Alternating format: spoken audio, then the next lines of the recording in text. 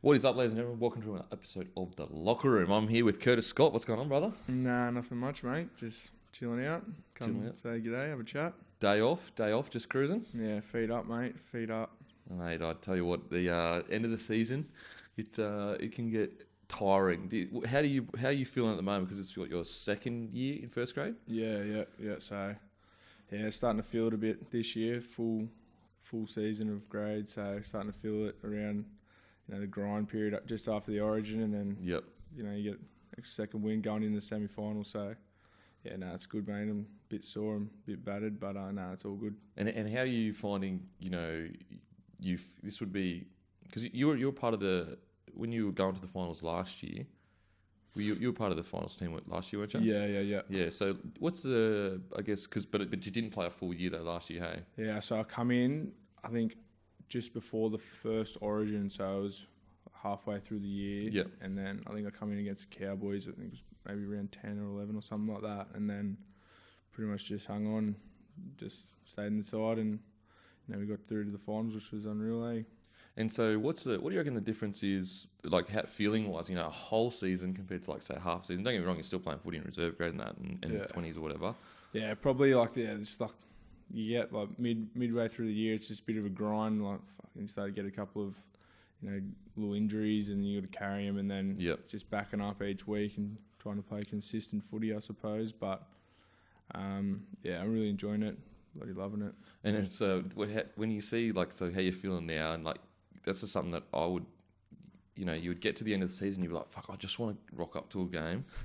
And just be feeling mad. Good, eh? Yeah. Oh, fuck, yeah. That's at the moment, you start to get fucking like little fucking injections and that in your shoulder. Like fucking, you're just hoping, fuck, I wish I was feeling fresh. And then you start to think, fuck, preseason's about 2 months away. And it's fucking all back to the start. Yeah. So that's what I'm kind of thinking about now. Like, it's good going in the semi-finals and that, but pre-season's about 2 months away. Fucking, it's all starting again. Which pre-season is so hectic, bro. It's so hectic. It doesn't matter like how many you do, you're still rattled in pre-season. 100%, especially down here, just an absolute beating. Oh, bro, yeah, I've heard the storm stories. So when you feel like this, and then you look at a guy like Cameron Smith, you're just like, how? How do you do it? I know, like, I'm thinking about pre-season around the corner. He's going to about his 20th pre-season or whatever, and he's in the middle. Exactly. I'll make about 10 tackles a game max, and I'm freaking dying, freaking getting shoulder injuries and freaking sternum injuries. I've got so many pads on. I feel like an NFL player out there at the moment. He's got a sternum pad, and shoulder freaking pad on, and he's got nothing, and he's making 50 tackles a game. I don't know how he does it. I don't know. And also, like, he's making 50 tackles a game, but he's constantly got his hands on the ball. Like, he's in there just boom. Ridiculous, boom. eh? It's just crazy. Him, Thurston, all those boys. You're just like, how? How do they do it? I'm just hanging on. Hanging on what? His shoulders out before. Yeah. I remember my first year, I was, like, essentially dislocating my shoulder, like, every second game. And, like, I just remember thinking, like, I just want to rock up to a game and just be fucking ready to go. Yeah. And like, when I want to go to tackle someone, I can just like feel sweet, like it's good. Yeah. But you just got to grind it, eh? Yeah, that's it, eh? Hopefully, have a bit of a break, go away somewhere at the end of the year, then freshen up a little bit, go and rip into another pre-season. Yeah. So yeah, the footy is a grind. And I compare it to, like, don't get me wrong, like MMA is hectic, but they have a fight. They get knocked out. Obviously, you hope you don't get knocked out in a footy game. Then they're medically suspended for like 3 to 4 weeks. It was week in, week out with footy. Oh yeah, it's an absolute grind through the whole year. But like, you'll see they have like 8 weeks to prepare for a fight, and then they can have however long they want off until the next fight. Obviously, they'll keep fighting and that. But but I'm happy with what I'm doing. Yeah, no, living the dream. Living the dream. So what's the feeling like around the joint at the Storm at the moment? You've had a year. It's been a bit different for you guys because this year, obviously, you lost Cooper Cronk and he went to the Roosters and that.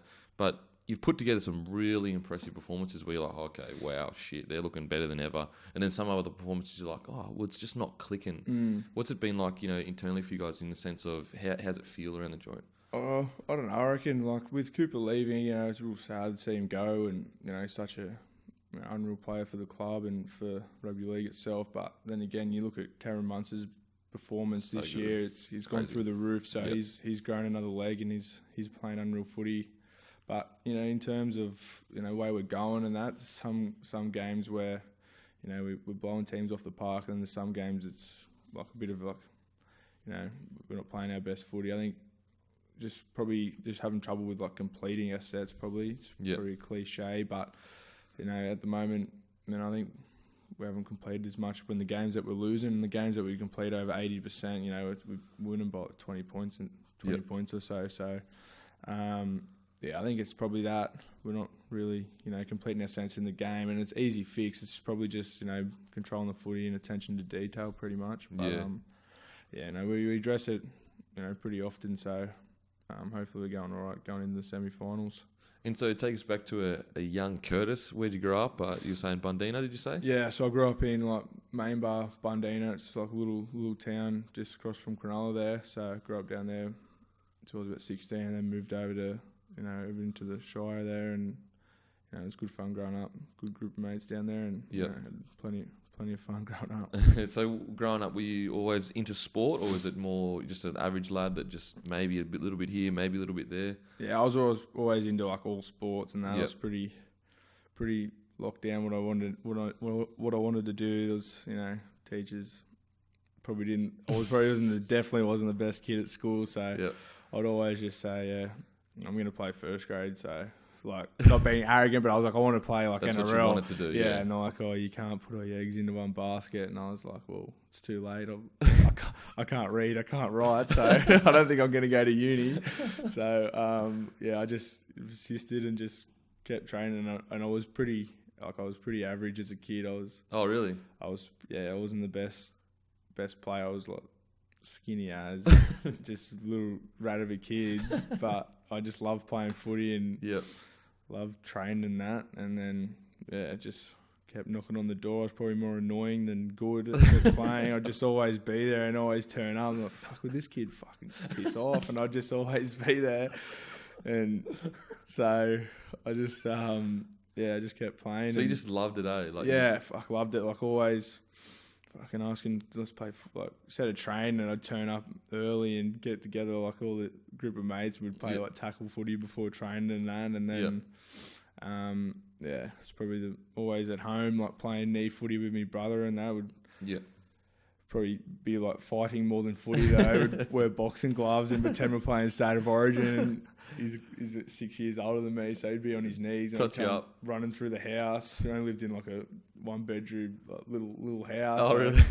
We'd clear the floor and we'd be playing tackle footy, and we'd end up just punching the shit out of each other pretty much the whole time. So it was good fun. Yeah. It's good fun. So growing up, who was your team? And obviously New South Wales was your team when it comes to supporting a state, but team-wise, who was your team? I think I supported the Bulldogs. Oh, the Doggies. Yeah, I don't know. I think back now, and I think there wasn't that many like players I really remember, but it was the Bulldogs, and I love the Broncos as well. I love Lockyer, who was my favourite player growing up, so I used to support Queensland. Oh no! I only just because I was like, I love Darren Lockyer. He's my favourite player, but I used to just love the Bulldogs, like the Dogs of War theme, like O'Mealy. I think Mason, and I just love like how like they were like real aggressive, and they love bashing teams and that. So I just love them. It might have been just because of the colours, but I used to love the Bulldogs. So when did it change when with someone like, bro, you're a New South Welshman, and you're just like, but I love Lockyer. Like, fuck.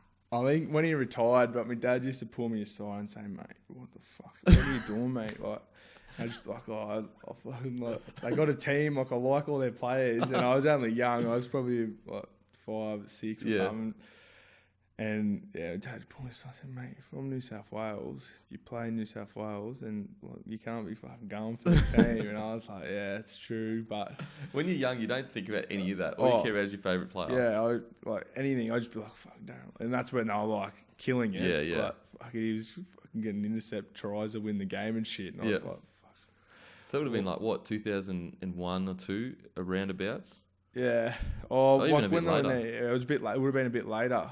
Like 2005, 6. Yeah, all through there. So 2006 when they won the comp, and like that's when he was just so that was like, that's when I used to love him. Yeah. 2006. And I used to like Justin Hodges and that as well.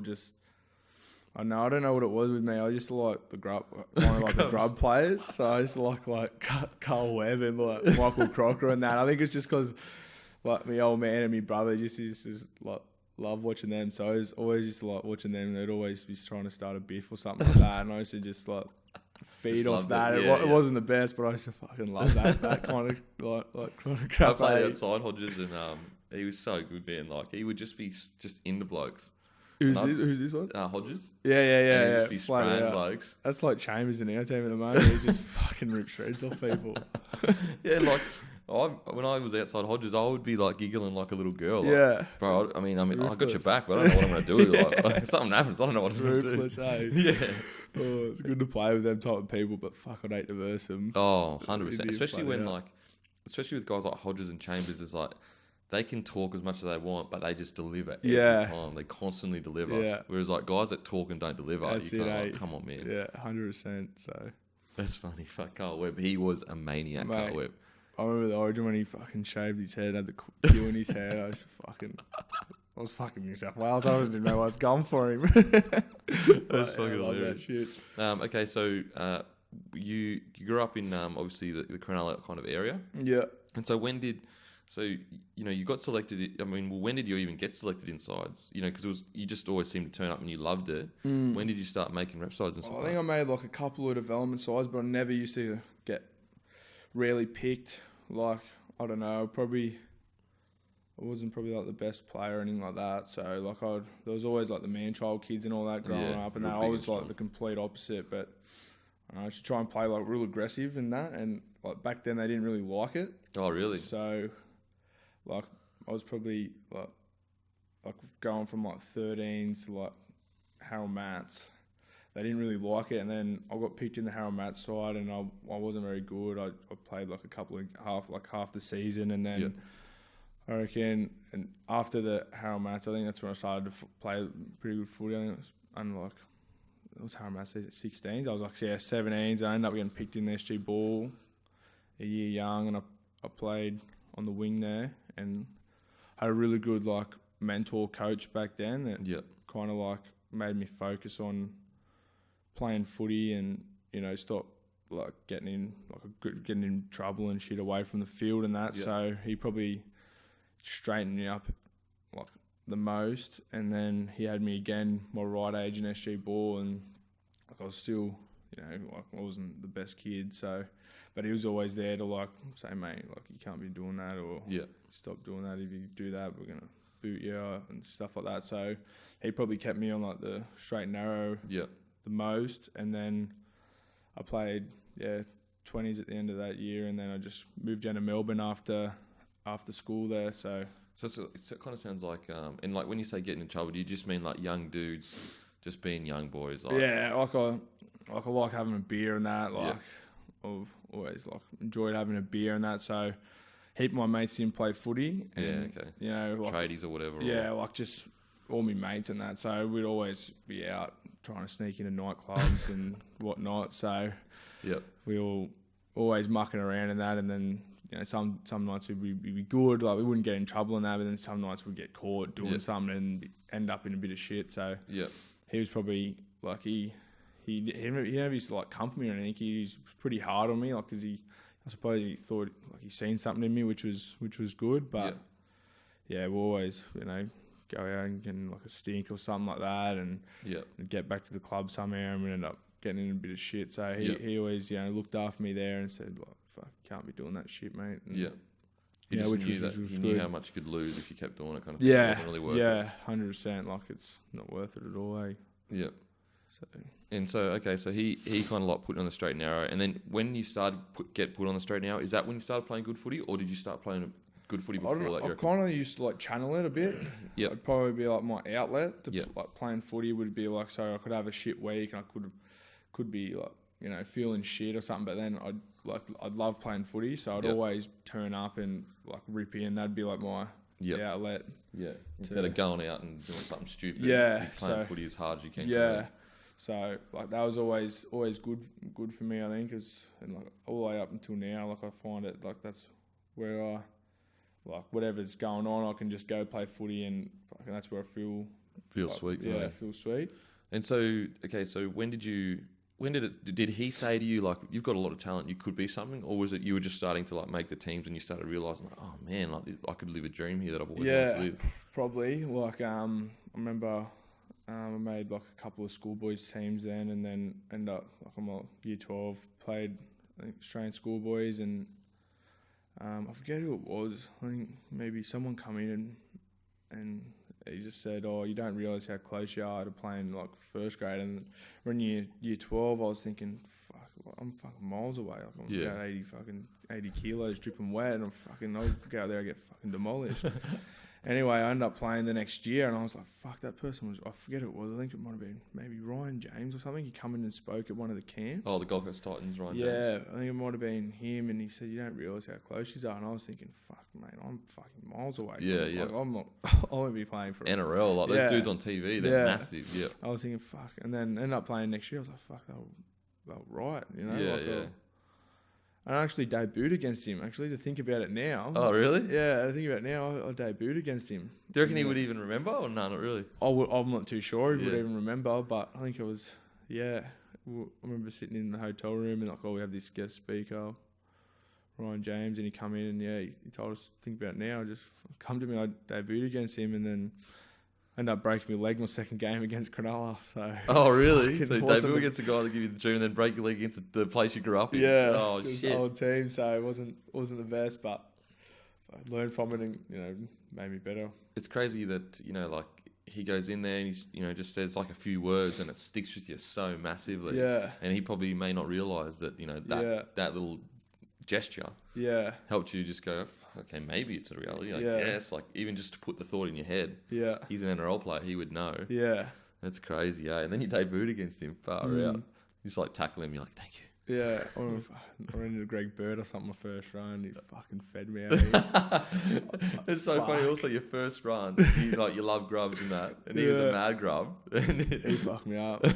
Drove me back about 10 metres. Oh, really? Like, welcome to first grade. Was there any forearms or anything like that? Oh, I don't know. Yeah, I think I took the next run after that. As I was like, fuck, I've got to redeem myself here. That's hilarious. Okay, so you start realising, like, pull my head in, you make the Australian side. Was going to the Storm, was that just because of their success, or was it also, did people say, look, if you want to be on the straight and narrow, there's no better club in the NRL that's going to pull your head in and just go? Yeah, probably. I probably, like, if I wanted to focus on playing rugby league, because, like, being a young kid, you'd know just as much as anyone that, like, playing footy and then winning games, and then you having a beer after the game, and then sometimes having a beer starts overtaking your footy, and then, like, that's when you start to go downhill. And like, I love all my mates. I love going back to Sydney and like hanging out with all my mates and that. But at the time, I probably had to make a decision. I can go down the path of having fun every single day, like having fun and doing whatever I wanted, or focusing on something that I've worked my whole life to do. So, like, don't get me wrong, I still like having a beer and whatnot now, but I had to just weigh up and making a decision what I wanted to do. And Melbourne, they put an offer in. I love the club and the people in it, and at the time the big three there, everyone knows them, like Bill and Cam and Cooper, and I had to come down here and really focus on playing footy. And Melbourne's like a AFL ruled town, so you don't have all the media and all that kind of stuff. It's a bit out of mind, out of sight down here. So come down here and focus playing footy, and it worked out for me, which I was happy with. And did you have any other clubs that were interested? Yeah, I had a couple of clubs. So I was thinking about going up to the Cowboys. Had a few clubs, and I ended up narrowing it down to about 3 or 4 that I was going to have a look at. And who was the closest that you was like? So I was going to sign with the Cowboys. So I went up to North Queensland with my manager and my old man, and I was like, fucking feels a bit like home, living in the water. I know you can't swim up there and shit, you get fucking knocked off by a croc, but like, I was thinking, like, fuck, could go up to the Cowboys. Fucking liked all the people up there, And it was an awesome club and had it feel like home kind of feeling to it. And so I was pretty much done. And then manager just said, manager was like leaning towards the Cowboys, and then I was like, I may as well go check out Melbourne. It's a good club and the success rate they've had. So I was like, I may as well just go down there and just check it out to cover all my bases. Yep. And then end up coming down there. I think the week later. I was like, fuck, man, I love it down here. Well, this is unreal. I think it was cold and that, but I was like, fucking get used to this. Yeah. I think, and I think we ended up going out. I come down with my old man and, the recruitment manager at the time. We ended up just going out a few pubs and that down Chapel Street, and I think that sold me the most. I was like, fuck, this is unreal. This is, great culture and everything like that. And then went to one of the games and met all the players, and I didn't meet all the players, but just went and in the sheds and that, and met a few of the boys and that, and then went from there and made my decision pretty much straight away and wanted to come down to Melbourne. So before you'd even kind of left, you're like, you know what, this is where I should be, kind of thing. Yeah, like I was like a bee's dick away from signing with the Cowboys. Like I went up there and I was like, fucking, I love it up here. Like this is unreal. This would have been what, 2015? 15. So they just won the comp, or they were about to win the comp? I think they won the comp that year. I think. As in, so that the year before, like if you had signed and then gone, then the next year they would have won the comp that year, or then they'd already won the comp. Is it? We won in 17, and who won? Sharks in 16. And then, Cowboys. So, manager, he obviously knows what he's doing. I ended up going to two clubs that I narrowed down to. One won the grand final, and then played in the grand final. We won the grand final. So, I suppose, I don't know, it's real far away from home, I suppose. I had to get away, and then... didn't end up signing, but I was like real close. But I mean, lucky that you come to the Storm. Oh, it's been success. Yeah, I was pretty stoked about it. Yeah, but and so you sign with the Storm and you come down here and what's the obviously not the urban myth, but they come down, you got to work a full-time job for the first 2 weeks or something like that in that pre-season. Yeah, done that. It's fucked. Well, I've done a bit of work, a bit of labouring and that growing up to try and earn a couple of bucks, but fucking hell, waking up and going to training, oh mate, I was fucking.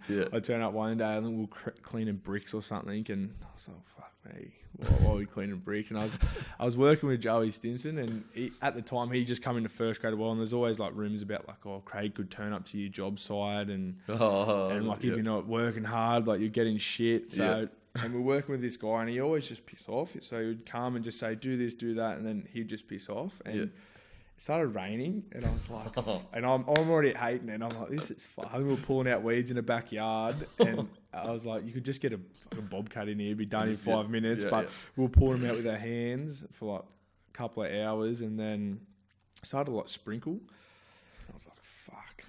I'm going inside here. Fuck this. I'm not fucking sitting out here in the rain, getting fucking wet, freezing cold. I remember Stimo was like, mate, what happens if Craig turns up? And I was like, fuck, mate, he can turn up. I'm not working in the fucking rain, in the mud. No way. Thinking he's not going to turn up, surely. He didn't turn up. I think he was over in America at the time. Cruising. And I was fucking... And they got that constant worry of like, what if he turns up? Yeah. So I think I went and sat inside, and I was like, fuck this. And then he was like, yeah, true. And then he come in, sat next to me, and then he was like real agitated. He was like looking around and that. He's like, fuck, I'm going to go back out there and start working again. I'm like, mate, it's fucking raining. Just relax. Yeah. This is torture, and you're pulling weeds. Do you reckon he sits down and goes, all right, this is what we're going to make him do like each day, like these monotonous tasks that like try to break I think he just gives us to like these just the tradie dudes, and they just give us the shittest jobs. Instead of paying like a labourer or paying an extra $100 for someone to come in and do it, they just get us in there to clean. I think I was cleaning bricks for like 2 days. That's a piss take. And I was like, mate, these bricks are about 200 years old. They've been in some old terrace house here. Yeah. I was like, just throw them out and order a new batch for about $1 a brick. And I was like, fuck, we're sitting there cleaning them. The labour would cost more than ordering new bricks. Oh, 100%. Like, and when we were like trying to clean them and that, like it's freezing cold, and we'd like nick our fingers and that, and you'd be like, fuck. Yeah. But the worst thing is like you got to wake up the next day and go to train and get towed up. Yeah.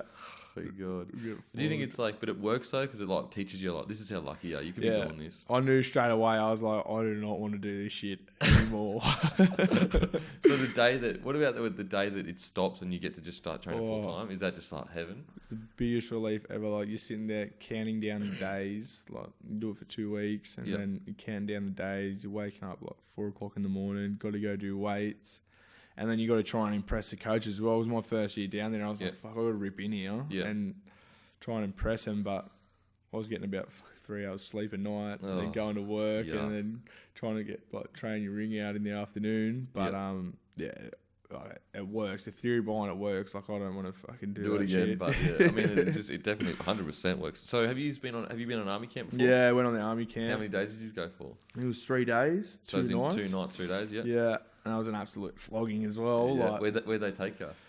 So we went out to like 1,000 steps, I think it's called. Yeah. So we got on a bus.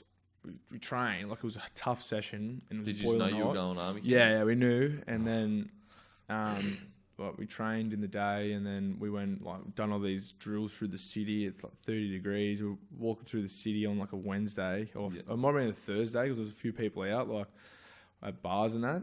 Thursday and we're like all in these like colours and that, and we're just running through the city doing push-ups like every like telegraph pole and doing all that, and then went down to St Kilda, and it was like dark by then, and we were like in and out of the water, crawling through the sand, and then they took us out to like out in the bush in the sticks somewhere, and we just started walking up these stairs all night until the sun come up.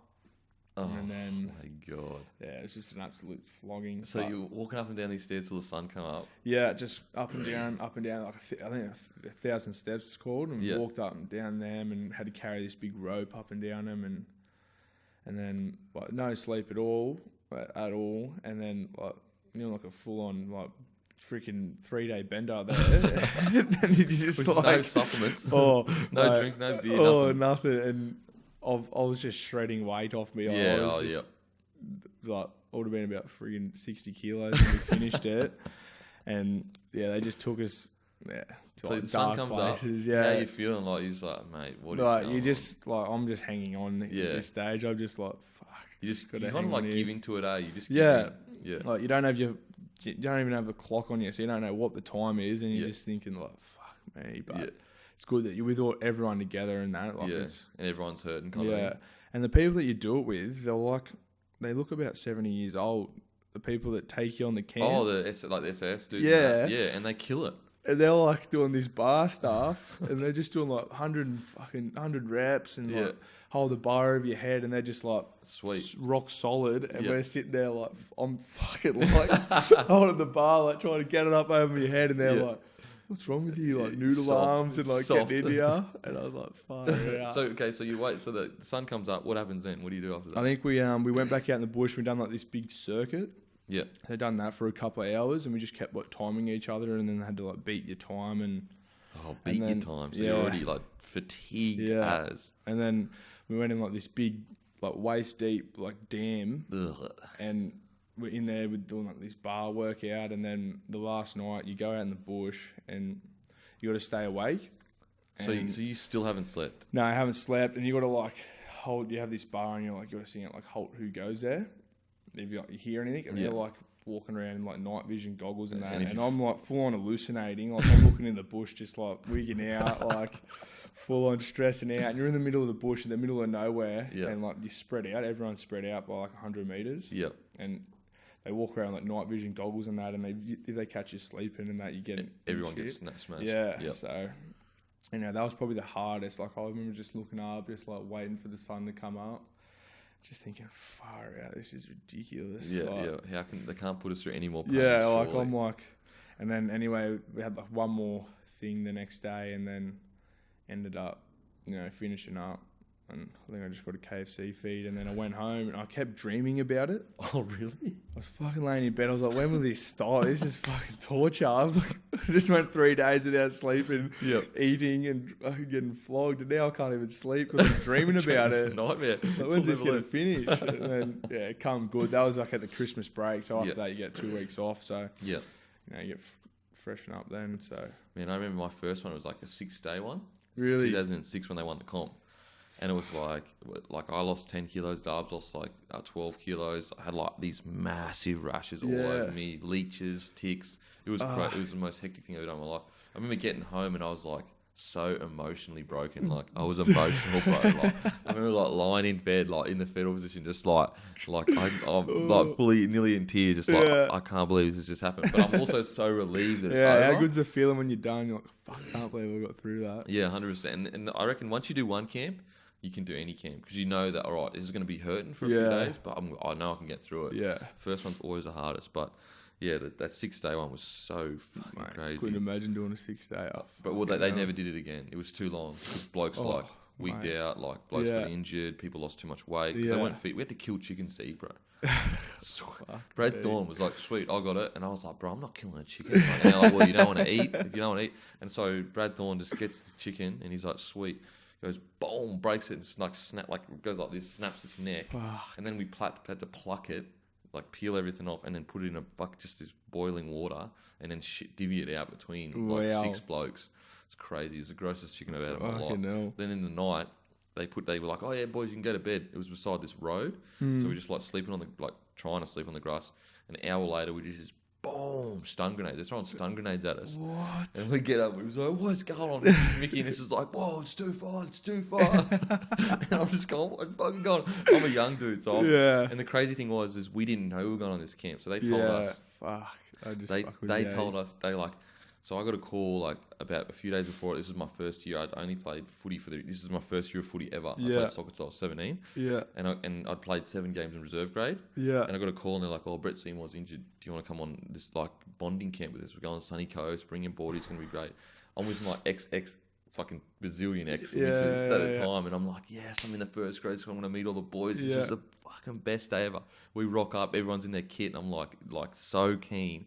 These army dudes running in there like, put your fucking phones down, get the fuck outside. We thought it was a joke. Yeah. And so we're like, fucking Sean Berrigan's spraying the army dude thinking it's some dude dressed up as a GR. Yeah. And then he's like, put your fucking phone, just swearing outside. Everyone like walks outside, they strip us down naked outside the Broncos headquarters. And then we have to put on all the army kit, and then boom, gone for 6 days. No one knew where we went. The club called all the partners. And that. It was crazy, crazy. Okay, so that army camp happens. Is that the first year you did it? Yeah, first year. Yeah. And so when did you? So you start playing in the reserve grade for Storm? Yeah. Is that East?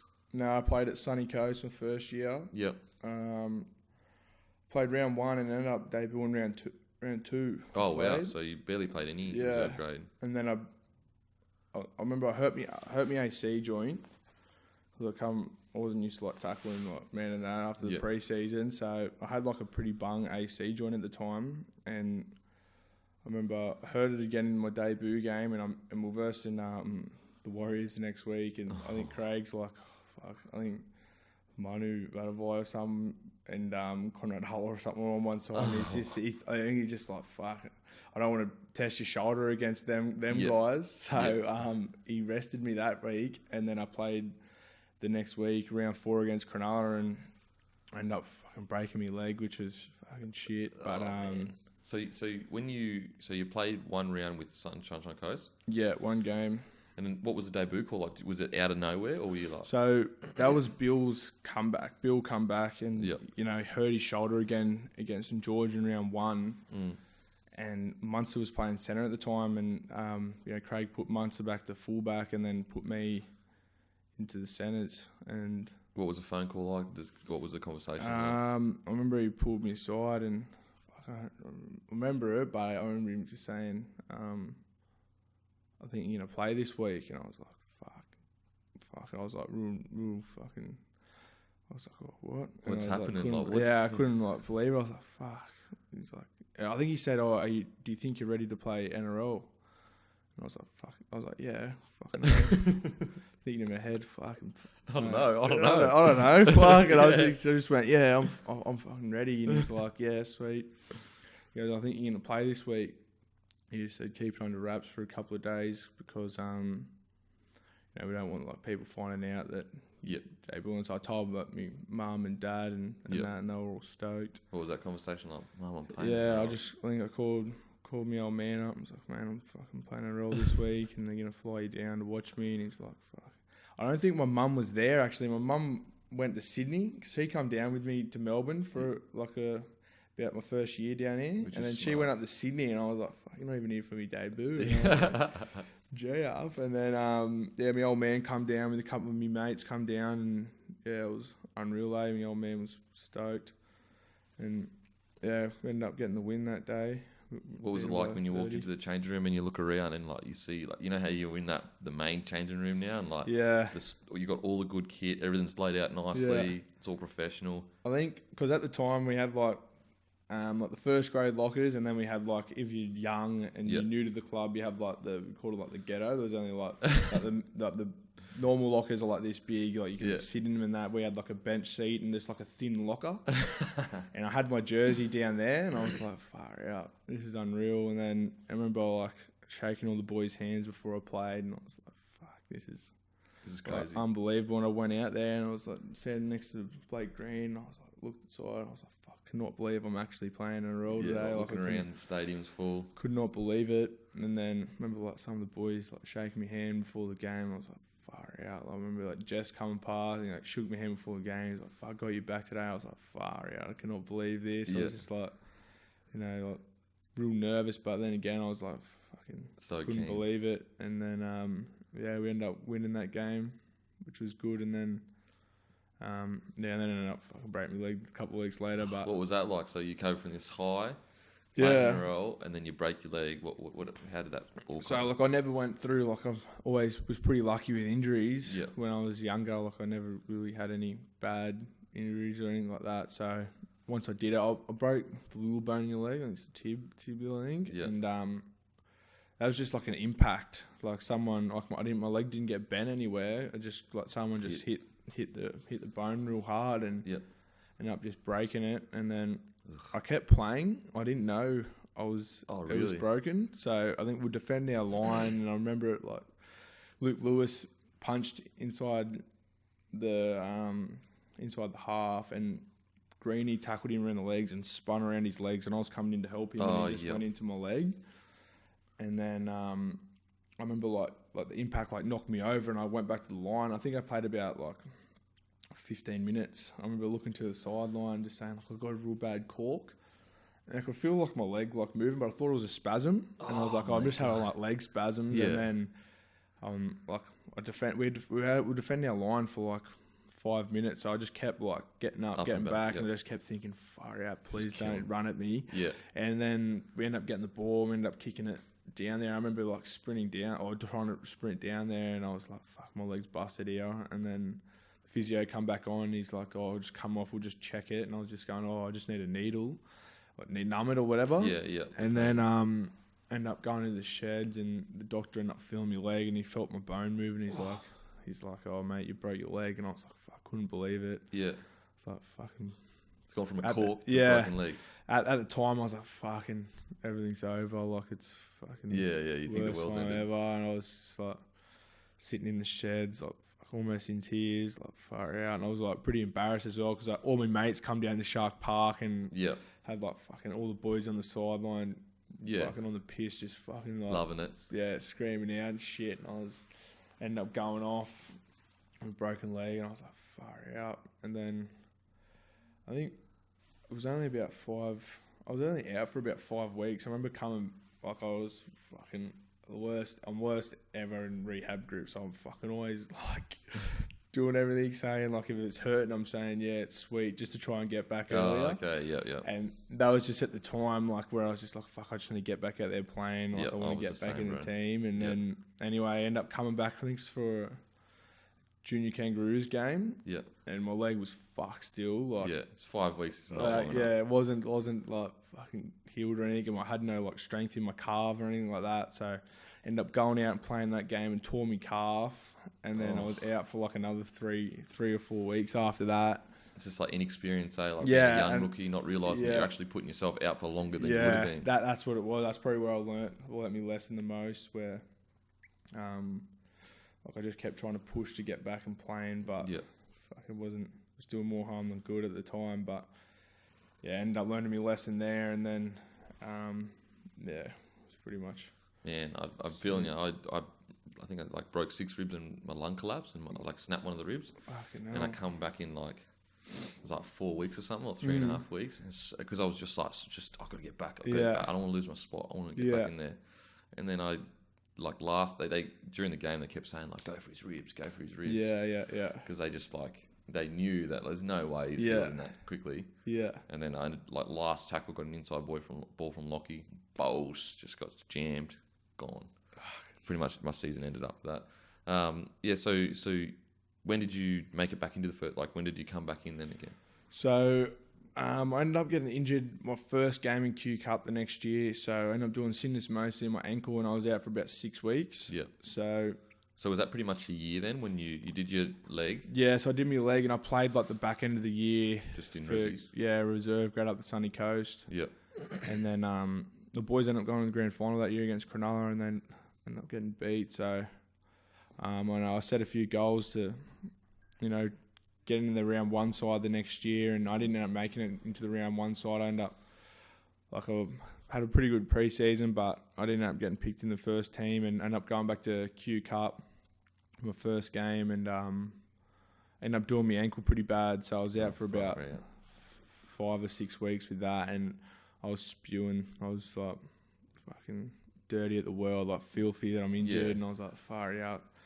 Fucking been training so hard and I can't get a gig in that, and then end up getting a run just before the Origin. I think it was maybe the game before the Origin, or it might have been the first Origin. And so it took you like pretty much a year nearly to get back into first grade after that first debut. Yeah. Okay, so it's like another debut pretty much. Yeah. So we ended up playing the Cowboys, and we had like all the young boys in there, and we've been playing a heap of footy together, and we're all pumped as to play footy with each other, like always knocking around, like hanging out with each other, always mucking around and shit. So and then we ended up playing really, like we played well. We ended up beating the Cows by 1 point, and ended up scoring a couple of tries, and I ended up, I was playing pretty good footy, and then I just stayed in the side from then pretty much. I ended up was playing on the right side.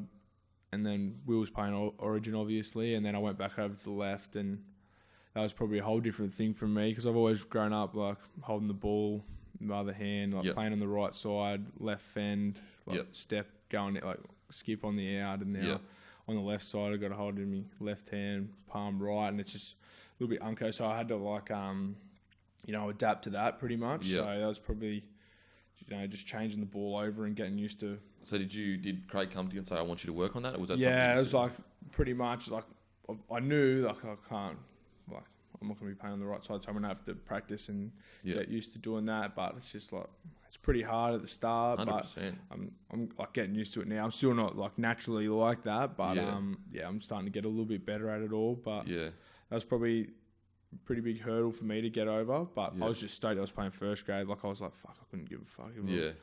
I was just like cheering. I was playing first grade, so.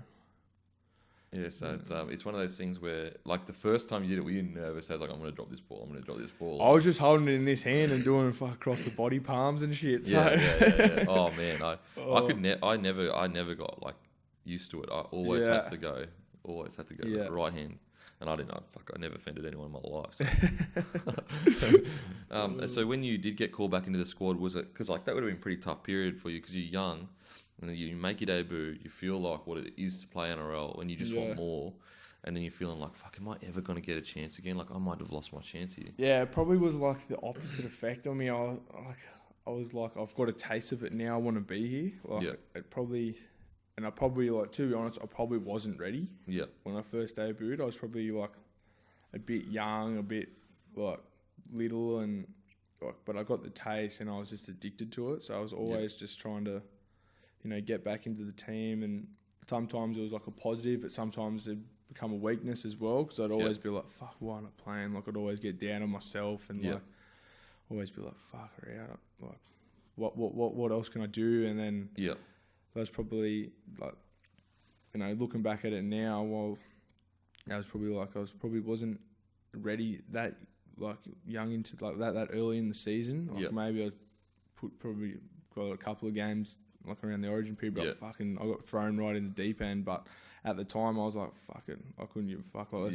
I'm excited. Like, I don't care. Like, who I'm versing or anything like that. I'm just fucking happy to be here and like happy to like rip in and do my best. So, and then the injuries, I probably wasn't used to my injuries and that. So it would probably be like the biggest downfall for me. I was just like, far out. Like, I don't know. I'm not coping well at all with this kind of stuff. Yeah. So, yeah. And so when you got called into the squad again, like, and you did play against the Cowboys, was it like, oh, finally, like, I'm back? Yeah, not finally. I was just like, far out, I'm keen as to like, get back out there and, you know, try and get a spot in the side. And like, I was so hungry that I wasn't like, once I was there, I had the mentality like, I'm not going to give it up. You know what I mean? So, I've kind of just tried to keep that mentality in the team. And, you know, Craig's like pretty easy. Like, he just tells you, like, do your job and like try and do your job well and make your tackles. So that's what I try and focus on. And you know, playing with like Joshy and Munster now, it's we're pretty young edge, and we all love playing footy together. And you know, we like the combination we've got in that. And we just love enjoying footy. Like, we're all probably like, Joshy's not the biggest winger, but he's probably the quickest out there. And I just love playing footy with Joshy. Like, we played, 20s, a bit of 20s together, and then ended up playing out in Melbourne and that. So that's funny. You played 20s and that at the Sharks and that. So so you start leading into that grand final. What was that feeling like? Young dude back in the side, everything's happening. Yeah, I was pretty much, the grand final was like a blur now. Like, but I remember I was nervous as. I remember warming up in the sheds, like, I couldn't believe it, and I ran out and I looked up at ANZ we played, and I looked up right up at the nosebleed, and there was people sitting up there, and I was like, far out, this joint's fucking like chock-a-block, like it's fucking packed to the like very top. And I was like, looking around, I had like a moment, and I was like, far out, this is like, I'm here. Like, I couldn't believe it, but it's just like a fucking real surreal moment. Like, I was like, this is fucking unreal. I remember in the warm-up, like, we warm up inside, and I remember I wore like just like my joggers to the game, and I remember Joshy, he wore his Vans, like old school Vans. And you know how you warm up in the sheds with like your joggers on. And I put my boots on. I was like real nervous. Like, fuck, I'm gonna put my boots on. I've always warmed up in my boots. So I warmed up in my boots, and he was like coming up. He's like, man, I got no joggers to warm up in. And then he come into the thing just before warm up, and he's wearing his Vans, his full kit, and his fucking like skate Vans. And I was like, we're in a grand final. And I'm sitting in the shed like nervous as, like, doing a couple like kicks to each other and that just before we start doing the things. And I remember he dropped every kick I'd done to him, and I was laughing. I was like laughing at him, like, bro, you can't wear them, man. Like, I can't take you serious with you wearing fucking skate Vans. We're about to run out to a grand final, and you got fucking Vans on, and I'm like, bro, I can't take you serious. I'm like, go in my locker and fucking put me joggers on, because I can't fucking warm up looking at you with Vans on. Vans on. And he just started laughing. I was like, fucking, that's like, funny, pretty rattled. Wearing Vans before a grand final. Grand final, like the fucking chunky, like old school one. I was like, I was just laughing my head off. Right, that's so funny. Like to think, like, you know, people outside in would look like, you know, these guys living this crazy life. They're in this like grand final, like shoes they probably got like Nikes lined up, and he's got these old Vans. He's got his Vans on, and I was like, I remember just looking at it, just laughing. I was like trying to keep a straight face because everyone's like switched on. I was like, bro, you can't wear them. I like, bro, you can't wear them. Like, they're fucking. I can't take you serious. And he went on and put his normal. Like, didn't he end up scoring like a mad long range try? Was that the year before? Yeah, he did. He ended up scoring a double and won his first try around the length. Far out, that's crazy. To think that like grand final, bro. You're at a grand final. I know. Come prepared. You bring your joggers. He fucking was wearing Vans. I said, because I warmed up with my boots and fucking gave him my shoes. Yep. And then So when you run out, what's something? It's probably a blur, but is there anything that you remember? What about when you knew you had won it? You know, you put them away. Yeah, I remember I ended up getting a little cherry picker try. Like, so I was like, fuck, scored, and I didn't know what to do after I scored. I was like, fuck, yeah, I just scored in the grand final, and all the boys come in. I think that was a moment. I think we were up by about maybe 20 or something like that then, and I remember going back, and it was about 10 minutes to go, and I was like, fucking won a grand final, like far out. Yeah, it's just crazy. And like, then you can really take it all in too because you won it.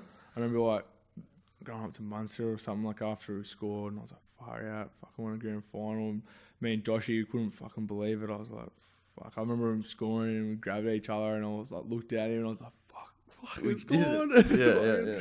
And it's probably like the moment that stays with me.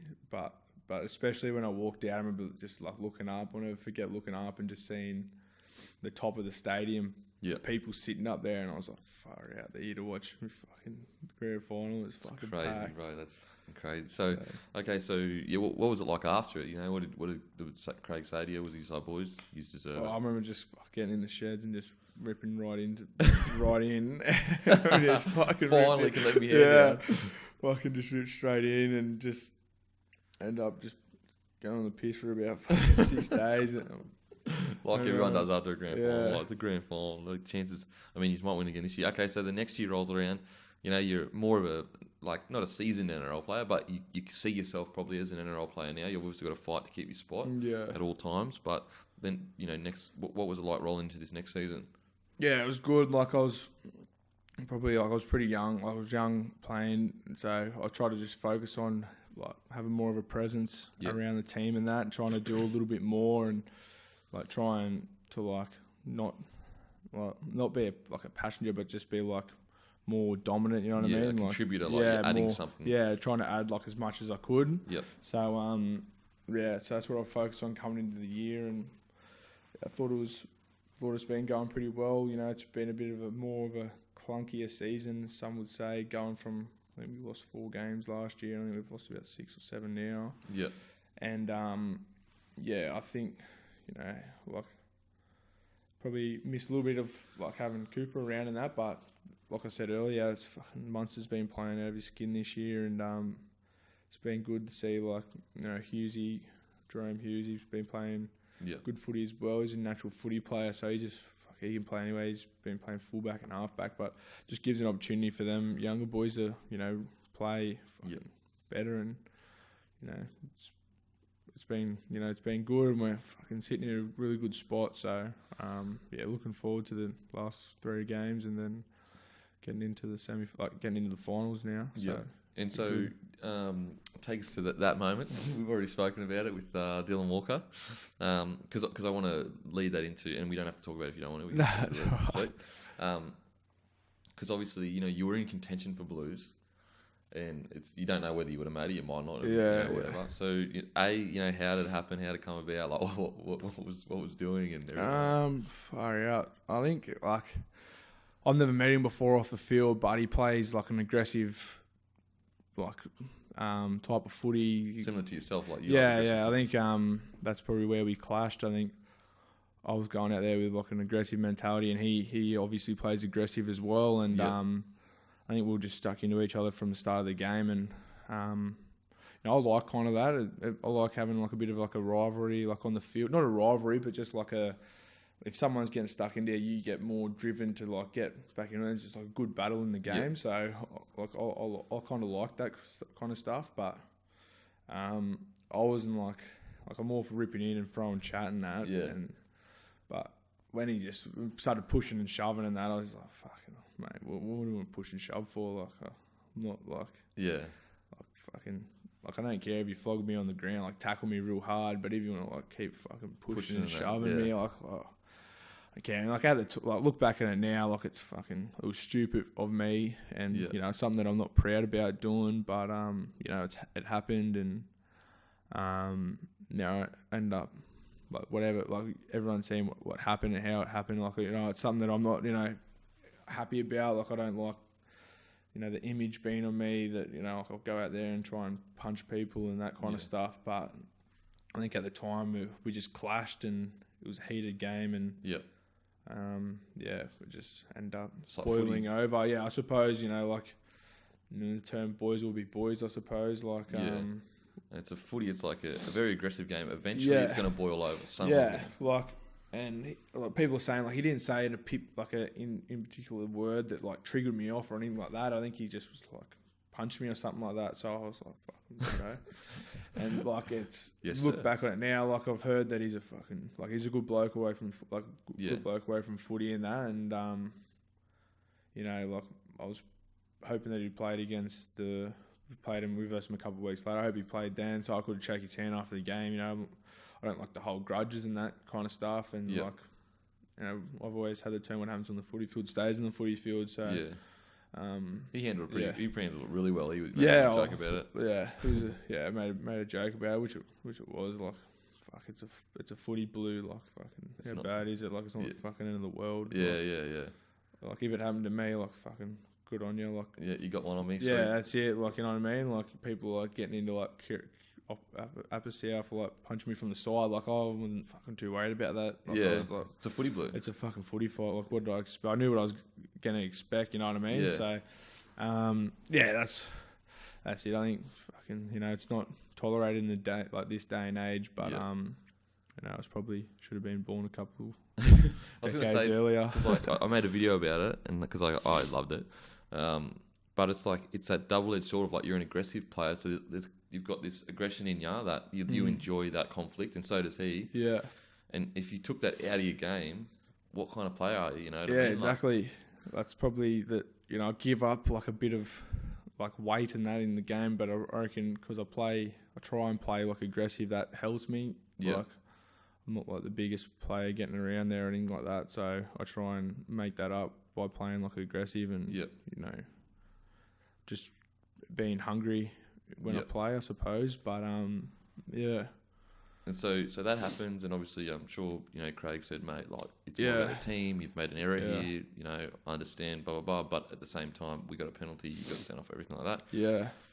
And then so did you think about Blues at all? Was that something that you're like, you know, not the fact that you're saying you would have got chosen, but the fact that you took yourself out of contention? Yeah, I was probably a little bit filthy with that just because I'll never know now, you know what I mean? Like, I'll never know how close I was or... like that, so that probably rattled me a little bit, but I suppose, you know, I made my bed and I got to sleep in it, you know what I mean?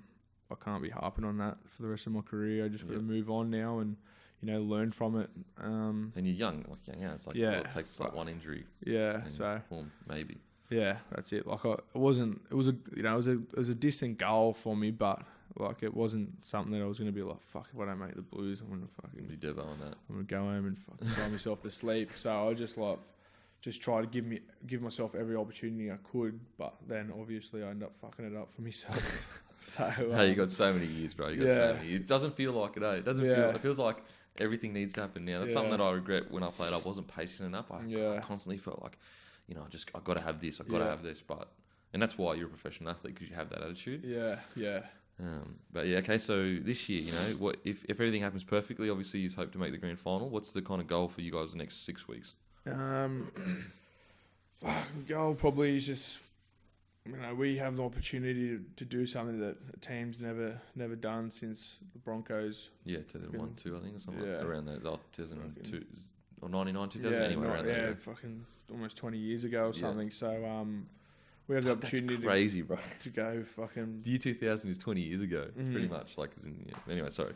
Yeah, so fucking, we have the opportunity to go fucking back to back. Like, no team's ever done it in the competition. Fucking years and years. So, probably just working hard to get to where we want. You know, it's not going to be handed to us, and nothing is in life. Like, you got to work for everything you want. So, I think that. You know, that's the end goal that we want, like as every team wants. But I think we just need to, how bad we want it, work out that, and then you know, and then just do everything we can to get to where we want to be. And so Billy's retiring end of this year. Yeah. So how like, is that massive, like, for you? Like, I mean, I'm sure you're a huge Billy fan. Like, yeah, I felt like shedding a tear myself when he announced it. I was like, fuck, bullshit. But it's just you know, like, he's fucking had an awesome career. Like, he's done everything in the game, and he's a fucking champion bloke as well. Away from what everyone sees on TV, and that he's a really good bloke, and he does everything he can to like help out the younger group and, you know, anyone in the team. So obviously, it's sad to see him go, but he's getting a bit old now. He's about 35 or 36, I think. And, he's fucking been instrumental to, the club and the game itself. And what about you personally? What's something you reckon he's taught you the most in the sense of watching him or actually taught you? It's probably like training with him, just how competitive he is. Yeah. Just like feeds onto you, like at training, like he does everything he can to win. If it's just like a fucking 2-on-1 drill or something like that, he'll just be balls out trying to beat you. So that probably like feeds onto, like me especially. I'm like, if he's on the other team and he's going real hard, I'm thinking like, fuck, I want to try and beat him as well. So probably that's probably where he feeds onto me like the most, like how just the want and hunger that he has, and like he's at the end of his career, but I've never seen a session where he's like lacked off and like just given up on something. He's always just fighting right to the end and competing as hard as he can. So I reckon that's probably most that I've gotten from him. Well, the biggest thing that I've gotten from him. Yeah. No, it's all those guys. Like I remember Darren Lockyer rocked up to. It was like his 17th preseason. Yeah. We'd already been training for like 6 weeks. Yeah. Rocked back in, the 1.2. Yeah. Okay. Rocked back in, shredded out of his mind. He's just had an off season, played all year, and got one of the fastest times out of everyone. And we'd already been training for 6 weeks. Yeah. So we were peaking. Yeah. And he's rocking in on his 17th preseason, winning the time trial. Yeah, it's fucking unbelievable. It's like not even real. Yeah. Like, how does that happen? Yeah, 100%. It's fucking crazy, man. So crazy. Or I ask all the boys this, favourite rapper of all time? Fuck, I'm not much of like a rapper. All right, favourite artist of all time. I like party music and that. So I like dance music. Rufus. I like Rufus. He's pretty good. Like yeah. Chilled, not too like hardcore. Like he's probably like. Do you like Fisher? There. Is it Fisher? Yeah, I started following him on Instagram the other day. He's fucking hilarious. But have you heard his song "Losing It"? Hey, have you heard his song "Losing It"? So I didn't really know who he was. Yeah, I seen him on Instagram. Like it was like last week, and I was going through all his videos, and I thought he's fucking hilarious. I started following him. Fucking. Bro, he was actually just like a fisherman or some shit. Really? And he just like he actually just loved fishing or something, and then he became like a DJ. Like he's killing it. And he's killing it. Like he's overseas at the moment. I follow him on Instagram now, and he's fucking. He's so like a funny guy. Oh, bro, living the dream. Yeah. Favorite movie of all time? Fuck. I don't know. Fucking. When I said it, what came to your head? When I said it, what did it Unbroken. Unbroken. What's that? Who's in that again? Is that like Denzel or something like that? No. It's not like an action one. It's just this guy. He goes to the army. Unbroken. And he fucking Unbroken, I think it's called. And he just goes through absolute hell, and he fucking comes out the other side. Yeah. And I think that's probably what come to me straight away. But fuck, there's a heap. Yeah, there's so many. Hard question, eh? Best prank you've ever seen? Best prank. Or funniest story, or G-up, or... Fuck, you've got me on... I've got fucking... Yeah, all the boys struggle with this one, because it's like on the spot, and then they get in the car and so many good ones. I remember, so when I first come down to Melbourne, I had my Year 12 formal. Yeah. So I come down, done the pre-season, and then on one of the days I had to go up for my Year 12 formal, and... it was on me, so it wasn't the funniest I've seen. So I went up there and I missed my flight coming back from my flight, and I missed a day of training. Holy shit! And I didn't have any of the boys' numbers. Like I was only like my second or third week in, and I remember getting a text message. And I remember because like what the rules were, you had to shave your head if you missed the session or you were late. And I've got this fucking fresh haircut, looking at Mickey Mouse, going up to me formal. Yeah. I come back and I get this. I remember messaging one of the coaching staff, and I said, "Hey mate, like I'm pretty nervous about coming in. Like I'm a bit rattled. Like, do you have to shave your head?" And he's like, "Yeah, mate. They're like the rules." And then some of the boys. I didn't have his number. It was Christian Welsh at the time. He sent me this long ass text, and he said, "Oh, this is Blake Green. I'm a senior player, and I've heard about what's happened. You just got to shave your head." And I was like, fuck it, I'm just going to shave my head. I'm going to turn up. I don't give a fuck. Just embrace it. Yeah, just trying to act like I don't give a fuck. Yeah. I don't care. Like, I'll fucking shave my head. Anyway, shaved my head and like, sent him a photo of me shaved head. And I had to be like a number 1, but I gave myself a number 3 just to try and keep it a little bit. Yeah. And it didn't look too bad. Yeah. I fucking dropped down to about a 3. Fucking got 0 Sheilas for about 6 months. And then, anyway, they fucking sent back a text and him and like a few of the other boys got ya, and I was like, you fucking assholes. But I just still ran with like, I don't care, like I fucking want to do. But inside I was like, this is fucked. This is fucked. That is a mad get. You actually went and shaved your head. Yeah. But one of the coaches as well at the time, he said, that's one of the rules. So I was a bit on the fence about, I reckon I could have got away with it, but I fucking ended up shaving it anyway. Yeah, because that's your formal and that. So it's actually probably working in your favour, because they're like, okay, well, he's amongst it, like as in, you cop the medicine before you even had to get told to cop the medicine, like when you went in. You know what I mean? So I was like, fuck, I'm just going to have the mentality. I don't care. Like, when you walked in with the boys, like... No. They sent me a text, and I was like, with all the boys, like, I think it was all the boys. I think fucking Britty was there, Dean Britt, fucking Stimo, Welshie and Munster. They're all living in a house. Yeah. And I was like... But when you walked into training, though, with the shaved head... I think I just was like, he's got me, but I was like, heads down. What did the other boys say? Were they like, why do you shave your head for? I just said, I just shaved my head. It's fucking getting hot in pre-season. I don't like having long hair. Filthy. Oh, fucking good times. All right, bro. Thank you so much for coming on, man. I appreciate it. Mate. Thanks for having me. And good luck for the rest of the year. Thanks, brother. Boom. Thank you.